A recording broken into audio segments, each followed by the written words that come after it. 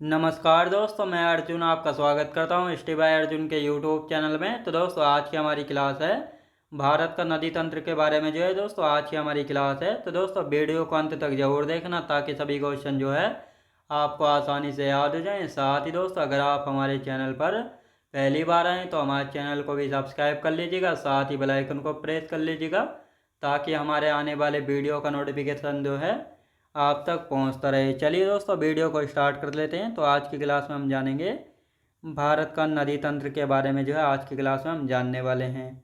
तो दोस्तों यहाँ पे आप सब लोग हेडिंग डाल देंगे भारत का नदी तंत्र। अब 2 मिनट जो है कल की क्लास का हम रिवीजन करेंगे। कल की क्लास में हम पढ़ रहे थे भारत के द्वीप समूह के बारे में, जिसमें हमने अंडमान निकोबार द्वीप समूह के बारे में पढ़ा था और साथ ही लक्षद्वीप समूह के बारे में। अंडमान निकोबार द्वीप समूह की यदि बात की जाए तो अंडमान निकोबार द्वीप समूह में 572 द्वीप हैं। कितने दोस्तों? 572 द्वीप। सबसे उत्तरी द्वीप कौन सा था? लैंडफॉल द्वीप था सबसे उत्तरी द्वीप किसका? अंडमान निकोबार द्वीप समूह का। सबसे दक्षिणी द्वीप कौन सा था? ग्रेट निकोबार द्वीप था, जिस पर इंदिरा पॉइंट पड़ता है, भारत का सबसे दक्षिणतम बिंदु। तो ये आपको याद रखना है। अंडमान निकोबार द्वीप समूह की सबसे ऊंची चोटी कौन सी है? सैडल पीक, जिसकी हाइट है 732 मीटर, जो कि अंडमान निकोबार द्वीप समूह के उत्तरी द्वीप पर दिगलीपुर के पास स्थित है। अंडमान निकोबार द्वीप समूह का सबसे बड़ा द्वीप कौन सा है? मध्य अंडमान। कौन सा दोस्तों? मध्य अंडमान है। साथ ही हमने जाना था यहाँ पे जो है ज्वालामुखी द्वीप भी पड़ते हैं। नारकोंडम ज्वालामुखी द्वीप पड़ता है, जो कि सुषुप्त यानी मृत ज्वालामुखी है, जो कि इस समय वर्तमान में जो है निष्क्रिय है, जिससे कोई भी लावा नहीं निकल रहा है। एक जो है भारत का एकमात्र सक्रिय ज्वालामुखी अंडमान निकोबार द्वीप पर ही पड़ता है, जिसका नाम है वैरन द्वीप, जो कि एक सक्रिय ज्वालामुखी द्वीप है, जिससे वर्तमान में भी जो है दोस्तों लावा वगैरह निकल रहा है। तो ये आपको याद रखना है। फिर हैवलॉक द्वीप के बारे में जाना था, रोज द्वीप के बारे में जाना था। इन सभी के बारे में हमने अच्छे से जाना था। कौन कौन सी जल संधियाँ हैं ये भी हमने जाना था। इसके बाद हमने जाना था किसके बारे में? लक्षद्वीप समूह की यदि बात की जाए तो लक्षद्वीप समूह। तो लक्षद्वीप में जो है दोस्तों कुल 36 द्वीप हैं। कितने? 36 द्वीप हैं। लक्षद्वीप की यदि बात की जाए तो ये जो है दोस्तों किसके द्वारा एक बना हुआ द्वीप है? तो मूंगा द्वीप कहते हैं, जिसको शैवाल क्या कहते हैं? एक समुद्री जीव होता है जिसको हम क्या कहते हैं? मूंगा जीव जो है कहते हैं। तो इसके द्वारा जो है बना हुआ द्वीप है, तो इसी का उदाहरण है। तो ये आपको याद रखना है। और साथ ही हमने जाना था जो लक्षद्वीप है, इसमें जो है 36 द्वीप हैं और सबसे बड़ा द्वीप है एंड्रोथ द्वीप। तो ये आप याद रखना। एक पड़ता है अगेती द्वीप, जो कि लक्षद्वीप समूह का एकमात्र ऐसा द्वीप है जिस पर हवाई अड्डा स्थित है। राजधानी है क्या है? कावारत्ती है। किसके? लक्षद्वीप की। साथ ही हमने जाना था इसका दक्षिणतम द्वीप कौन सा है? मिनिकोय। तो इस प्रकार हमने सब कुछ अच्छे से जो है जाना था। अब आज की क्लास में हम जानेंगे भारत का नदी तंत्र, और भारत के नदी तंत्र को जो है दो भागों में जो है बांट कर पढ़ते हैं, यानी उत्तर भारत का नदी तंत्र और दक्षिण भारत का नदी तंत्र। उत्तर भारत के नदी तंत्र में नदियाँ जो हैं कहाँ से निकलती हैं? हिमालय से। कौन कौन सी नदियाँ पढ़ेंगे? सिंधु नदी, गंगा नदी और ब्रह्मपुत्र नदी। दक्षिण भारत की बात करते हैं तो दक्षिण भारत को भी हम दो भागों में बांट कर पढ़ते हैं, यानी प्रायद्वीपीय भारत की नदियाँ। कुछ नदियाँ ऐसी हैं जो कि बंगाल की खाड़ी में अपना जल गिराती हैं, और कुछ नदियाँ ऐसी हैं जो कि अरब सागर में अपना जल गिराती हैं। तो पहले हम उत्तर भारत का जो है नदी तंत्र पढ़ेंगे, उसके बाद हम प्रायद्वीपीय भारत का। तो यहाँ पे आप लोग हेडिंग डाल लेंगे भारत का नदी तंत्र। तो इसको दो भागों में बांटते हैं अब, यानी उत्तर भारत का नदी तंत्र। उत्तर भारत के नदी तंत्र में गंगा नदी तंत्र पढ़ेंगे, फिर सिंधु नदी तंत्र, ब्रह्मपुत्र नदी तंत्र। दक्षिण भारत या प्रायद्वीपीय भारत की बात करते हैं तो इसको हम दो भागों में बांट कर पढ़ते हैं, दक्षिण भारत या प्रायद्वीपीय भारत को। यानी कुछ नदियाँ ऐसी हैं जो कि अरब सागर में अपना जल गिराती हैं, कुछ नदियाँ ऐसी हैं जो कि बंगाल की खाड़ी में अपना जल गिराती हैं। ये है दोस्तों प्रायद्वीपीय भारत। प्रायद्वीपीय भारत। कुछ नदियाँ ऐसे ही अरब सागर में और कुछ नदियाँ ऐसे बंगाल की खाड़ी में अपना जल गिराती हैं। तो ये आपको अच्छे से यहाँ पे याद रखना है। और भारत के दक्षिण में हिंद महासागर, बंगाल की खाड़ी और अरब सागर जो है ये भी हिंद महासागर की दो शाखाएं हैं। तो ये आपको याद रखना है। अब यहाँ पे हम बात करते हैं कुछ पॉइंट है, और उसके बाद जो है गंगा नदी तंत्र को जो है यहाँ पे स्टार्ट करेंगे। तो जैसे प्रयाग की यदि बात की जाए तो प्रयाग का अर्थ होता है पवित्र भूमि से। प्रयाग यानी प्रयाग जहाँ पर दो नदियाँ आपस में मिलती हैं तो उसको प्रयाग कहते हैं, जिसका अर्थ है पवित्र भूमि से।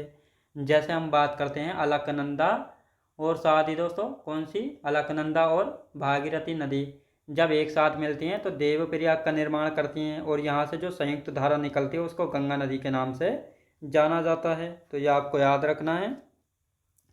प्रयाग का निर्माण कैसा होता है, दो नदियों के मिलने से होता है, ये आपको पता लग गया। गंगोत्री ग्लेशियर से भागीरथी नदी निकलती है, याद रखेंगे। केदारनाथ ग्लेशियर से मंदाकिनी नदी, बद्रीनाथ को जो है सतोपत ग्लेशियर भी जो है कहा जाता है, तो यहाँ से निकलती है अलकनंदा नदी। कौन सी दोस्तों, अलकनंदा जो है निकलती है, तो ये आपको याद रखना। यानी प्रयाग का अर्थ है पवित्र भूमि। प्रयाग का निर्माण दो नदियों के मिलने से होता है। गंगोत्री ग्लेशियर से भागीरथी नदी निकलती है, केदारनाथ ग्लेशियर से मंदाकिनी नदी, और बद्रीनाथ या सतोपत ग्लेशियर से जो है अलकनंदा नदी का उद्गम यानी ओरिजिन होता है। मतलब दोस्तों जहाँ से नदी स्टार्ट होती है। मुहाना होता है जहाँ पर नदी समाप्त हो जाती है।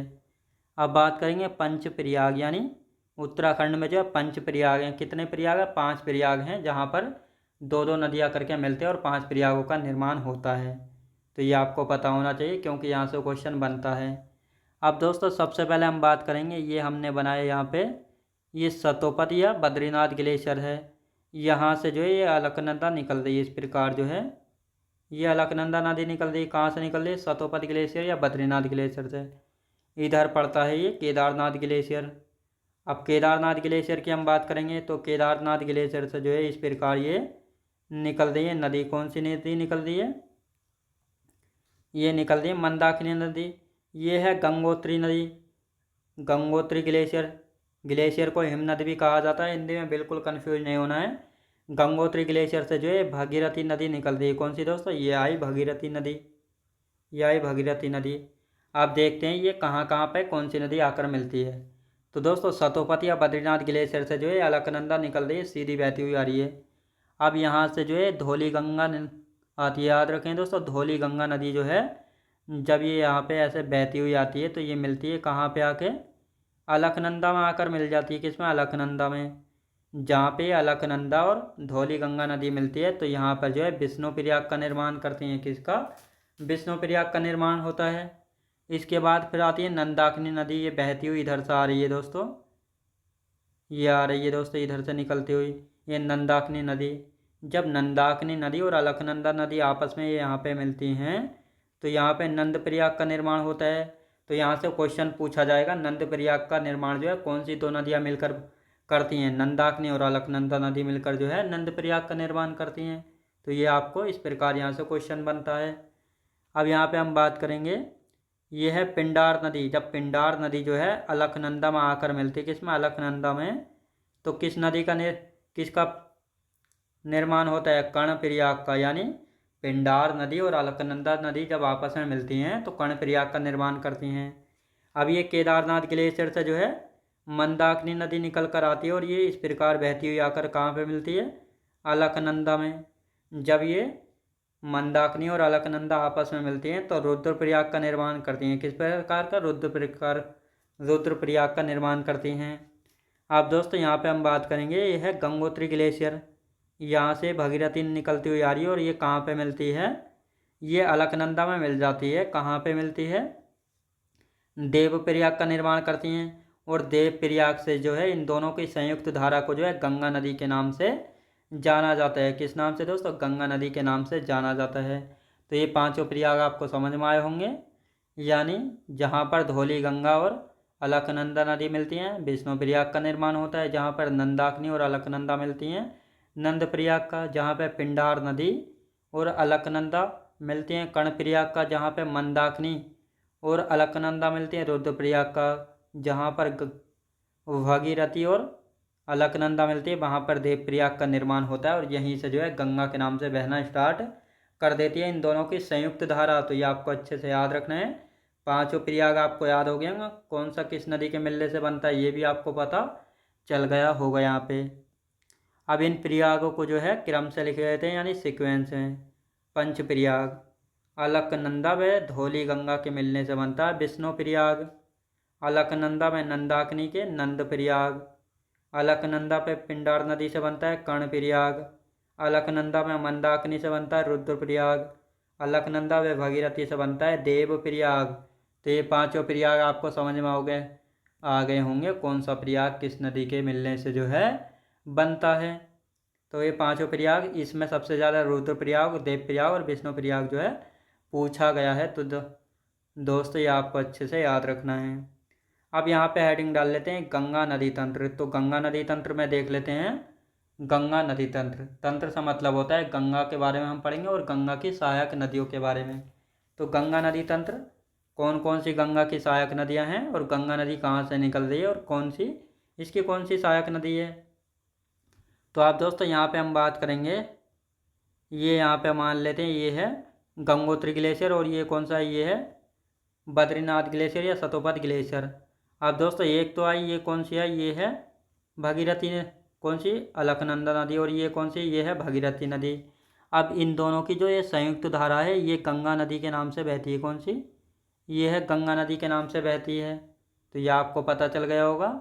अब यहाँ पे हम बात करते हैं, ये यहाँ से जो है सबसे पहली जो सहायक नदी है ये है रामगंगा नदी, यानी गंगा में सबसे पहले अपना जल मिलाकर आकर मिलाने वाली नदी कौन सी है, रामगंगा नदी। यानी गंगा की सबसे पहली सहायक नदी है रामगंगा नदी, जो कि बाएं हाथ की सहायक नदी है।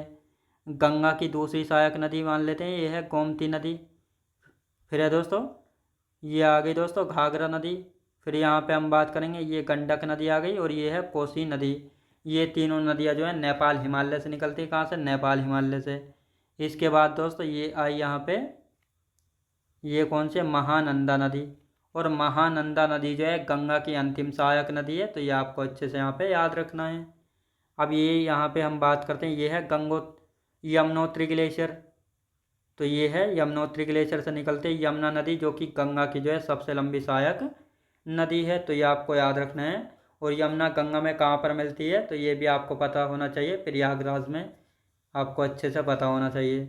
फिर इसके बाद हम बात करेंगे सोन नदी की। याद रखें दोस्तों, सोन नदी ये जो है गंगा की सहायक नदी है, जो कि उत्तर दिशा में बहती है। पूछा गया है कि सोन नदी किस दिशा में बहती है, उत्तर दिशा में बहती है, गंगा की सहायक नदी है। और सोन नदी का उद्गम होता है अमरकंटक चोटी से, जो कि मैकाल रेंज की सबसे ऊंची चोटी है, जिसकी हाइट है 1065 मीटर। तो ये आपको याद रखना है। अब ये यहाँ पे हम बात करेंगे, ये वाइट वाली जो है ये है गंगा, यानी ये है गंगा की मुख्य शाखा। याद रखेंगे दोस्तों, गंगा की ये मेन शाखा है। कौन सी, गंगा नदी। अब ये जो है ये पिंक वाली, ये मान लेते हैं ये कौन सी है, ये है हुगली। यानी गंगा की मुख्य शाखा से जो है एक नदी निकाली गई जिसका नाम है हुगली नदी। और ये जो है गंगा की असहायक नदी है। और सहायक नदी कौन सी होती है, जो कि गंगा में पानी में अपना जल गिराती हैं। असहायक नदी वो होती है जो कि गंगा से पानी निकालती है या गंगा से निकाली गई हो। तो ये आपको याद रखना है। तो हुगली जो है गंगा की एकमात्र असहायक नदी है। तो ये आपको अच्छे से याद रखना है। अब यहाँ पे ये तो देख लिया आपने सहायक नदियाँ कौन कौन सी। ये जो है बाएं हाथ की सहायक नदियाँ, ये क्वेश्चन में पूछा जाता है कौन सी बाएं हाथ की सहायक नदियाँ हैं। तो रामगंगा है, गोमती, घाघरा, गंडक, कोसी और महानंदा, ये बाएं हाथ की सहायक नदियाँ। यमुना और साथ ही दोस्तों सोन नदी, पुनपुन, तो ये सभी जो है कहाँ पे, ये सभी दाएं तट की सहायक नदियाँ, यानी दाएं तरफ से आकर जल मिलाने वाली सहायक नदियाँ हैं। अब इनकी जो है गंगा के बारे में इसकी मेन पॉइंट लिख लेते हैं। जैसे गंगा नदी की हम बात करते हैं, गंगा नदी, तो यहाँ पे हम बात करते हैं गंगा नदी। गंगा की लंबाई है 2525 किलोमीटर, यानी भारत की सबसे लंबी नदी कौन सी है, गंगा नदी, जिसकी लंबाई कितनी है, 2525 किलोमीटर है। गंगा का उद्गम यानी ओरिजन, उद्गम का मतलब होता है जहाँ से नदी स्टार्ट होती है। तो किस राज्य से, उत्तराखंड राज्य से। ज़िले की बात करेंगे उत्तरकाशी ज़िले से। स्थान पूछेंगे गौमुख के निकट से।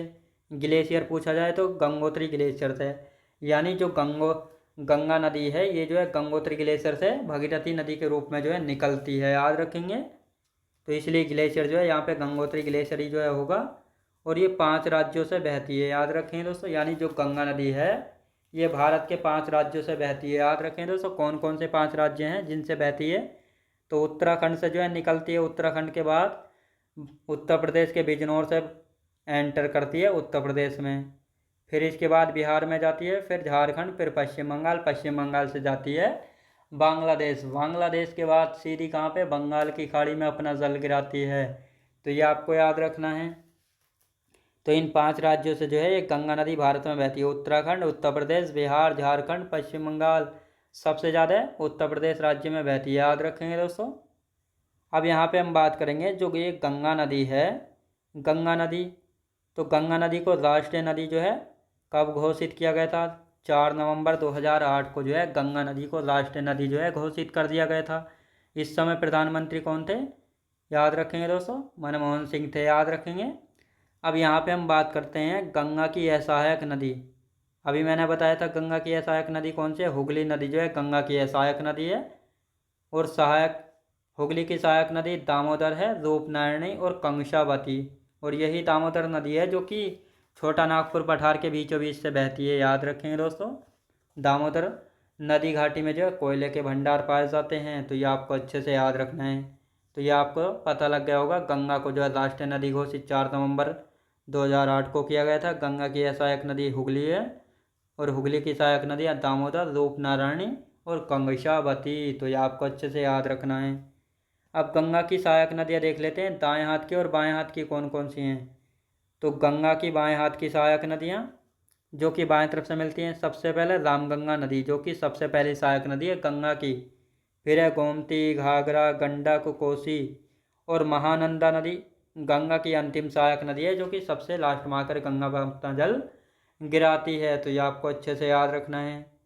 अब यहाँ पे हम बात करते हैं गंगा की दाएं तट की सहायक नदियाँ जो कि गंगा में दाएं तरफ से आकर मिलती हैं, जैसे यमुना नदी जो कि 1376 किलोमीटर इसकी लंबाई है और गंगा की जो है सबसे लंबी सहायक नदी है। सोन नदी उत्तर दिशा में बहती है। कर्मनाशा और पुनपुन ये भी जो है गंगा की सहायक नदियाँ हैं।